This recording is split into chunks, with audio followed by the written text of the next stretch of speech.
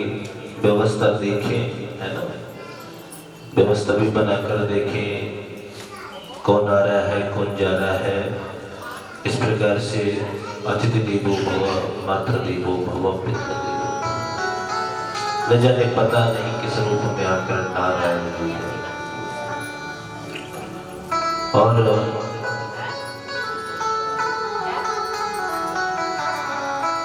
जितनी व्यवस्था पर ध्यान दिया जाए उतना अच्छा है।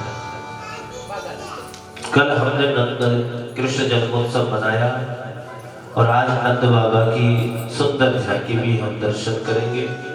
और उसके बाद रहेगा क्या, ग्वाल बालों की टोली, है ना। तो आप देख लेना। तो चलते हैं कथा की ओर। यहाँ दो पात्र है। देखो, अगर अच्छा एक मेरा अनुरोध रहता है कि कुछ भी पूछना है तो चुपचाप उठ के पीछे चले जाओ, है ना। क्योंकि क्या न जाने कौन किस भाव से अब हमने आपके कान में बात डाल दी है। अब ये नहीं कि तुम यही सलाह मशवरा करने लग जाओ, सही से। और भाई लोगों, आप लोग भी ध्यान से, वैसे ही हमारी संख्या कम हो रही है, माताओं की संख्या देखो, लेकिन भाई लोगों के पास समय नहीं। तो आप ही लोग जितने हैं तो ध्यान से देखा। यहाँ दो पात्र हैं। कितने? दो पात्र। दो पात्र भी बड़े गजब के पात्र हैं। एक को नाम है सुखदेव और दूसरे को नाम है परीक्षित। तो थोड़ी देर के लिए अगर हम विचार करें तो आप और हम क्या है, सब लोग बोलो। सुखदेव हो, परीक्षित है। क्या है? परीक्षित, है ना। हाँ, ये तो आपकी विचारधारा है कि आप क्या बनाते हो। आप क्या बनाते हो, लेकिन वास्तविक रूप में अगर हम देखें तो आप और हम वक्ता और श्रोता अर्थात सुखदेव और परीक्षित के रूप में विद्यमान। अब अगर हम विचार करें तो यहां पर परीक्षित कहता है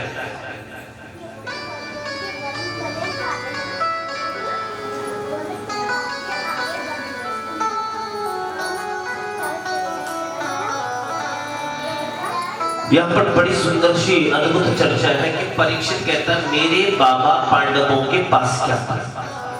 बाबा ही हुए ना पांडव, पांडवों का पुत्र अभिमन्यु और अभिमन्यु की संतान है राजा परीक्षित। आज एक ही बात आती है कि मेरे बाबा पांडवों के पास क्या था। छोटी सी सेना, 5 भाई, और कौरवों की सेना सीधे सीधे क्या थी, एक बहुत बड़ा सागर।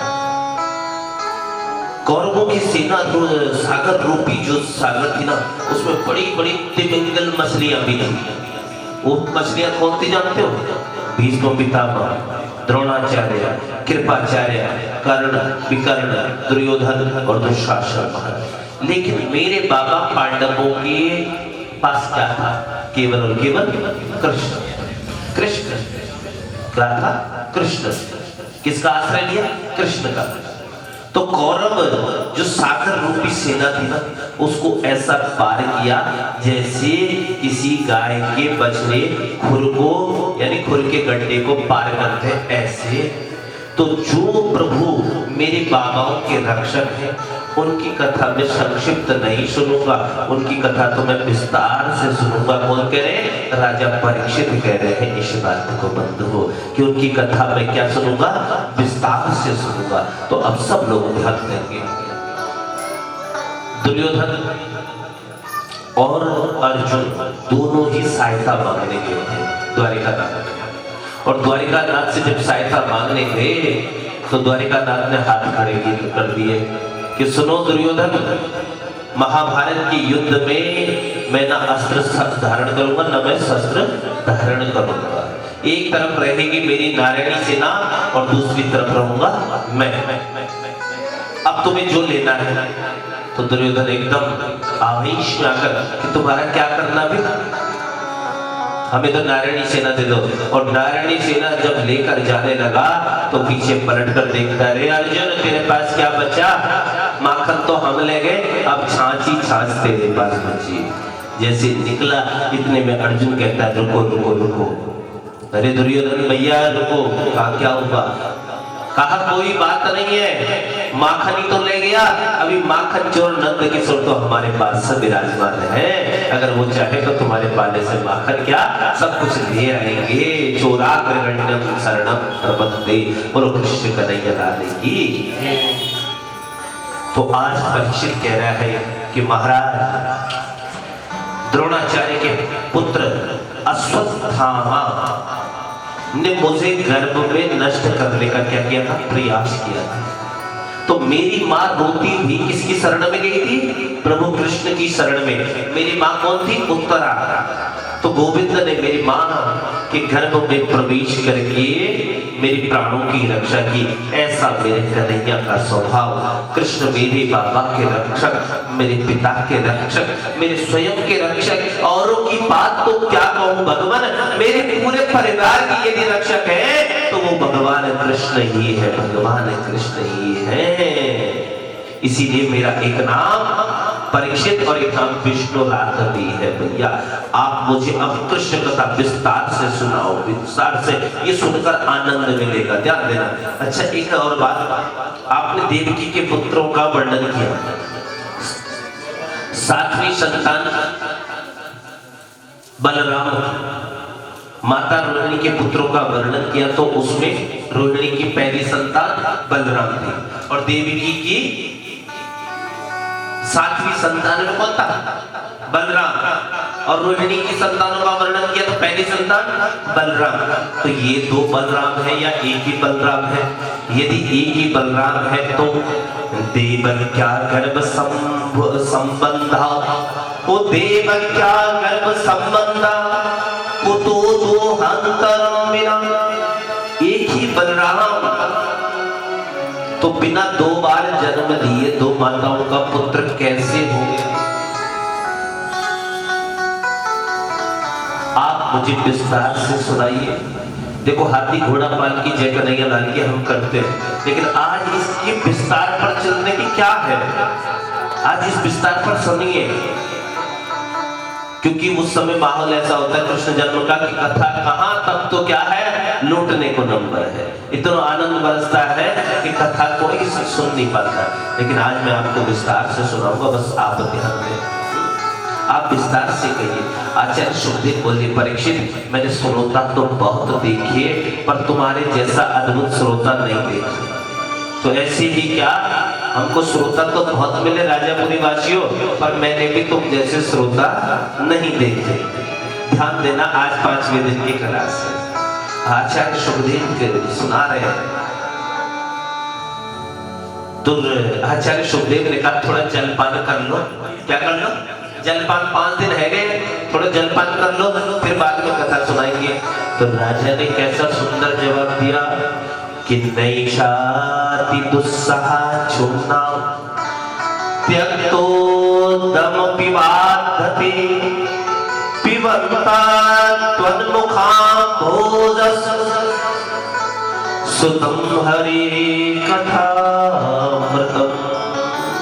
महाराज मुझे भूख नहीं लगती है और प्यास नहीं लगती है, आपके मुख से चंद्रमा से गोविंद की जो अमृतमयी कथा में श्रवण का पान कर रहा हूँ, उससे ही मुझे क्या मिलती जा रही है? तृप्ति मिलती जा रही है। अच्छा किसी को रसगुल्ला खाने की आदत हो, गुलाब जामुन खाने की, अगर उसे गुड़ दे दिया जाए तो तृप्ति होगी? नहीं होगी ना। तो ऐसे ही कह रहे हैं कि मैं अभिमान तो नहीं करता, राजा परीक्षित कह रहा है, लेकिन मैंने भूख को जीत लिया। मैं अभिमान नहीं करता, लेकिन मैंने प्यास को भी जीत लिया बैठे बैठे। मतलब जितासनो जित श्वासो जित संगो जित इंद्रिय। कैसा अभ्यास, वही अभ्यास मैं 5 दिनों से आपको सिखाने की कोशिश कर रहा हूं। लेकिन क्या, थोड़ा सा हम इधर हटे और इधर दुर्घटना तब तक घट जाती है, फिर बात होने शुरू हो जाती है। ये भूख और प्यास जीतना बहुत मुश्किल है बंदे को। इसी गलती की वजह से इसी गलती की वजह से ऋषि के गले में मरा हुआ सर्प किसने डाला? परीक्षित ने। क्या लगी थी? प्यास। और उल्टा सुल्टा अभद्र व्यवहार करने लगा। किससे? ऋषि से। किस ऋषि के गले में डाला? समीक ऋषि के गले में। और श्राप किसने दिया? श्रृंगी ऋषि ने। श्रृंगी ऋषि ने श्राप दिया। ये इसलिए बार बार तुमको बताता हूं कि कल जाओ कहीं तो पता चले और बता सको कि किसको किसको सर्प डाला था और किसने श्राप दिया था देना। आज उसी प्यास के कारण आपके मुख से ये कथा श्रवण को मिल पा रही है। सत्य मेरी आपकी तरह थोड़ी सुनी कि 4 घंटे मिले, उसमें भी 4 बार कभी इधर कभी उधर, है ना? कभी थोड़ी देर इससे बातें कर ली, कभी उससे बात की बहन। अब तो धीरे धीरे क्या कथा समापन की ओर है। आज 5वां, कल 6ठा, परसों विराम, धीरे धीरे ये कथा आपके हमारे लगातार 7 दिन तक चली। न परीक्षित ने आसन बदला और न सुखदेव जी ने आसन बदला।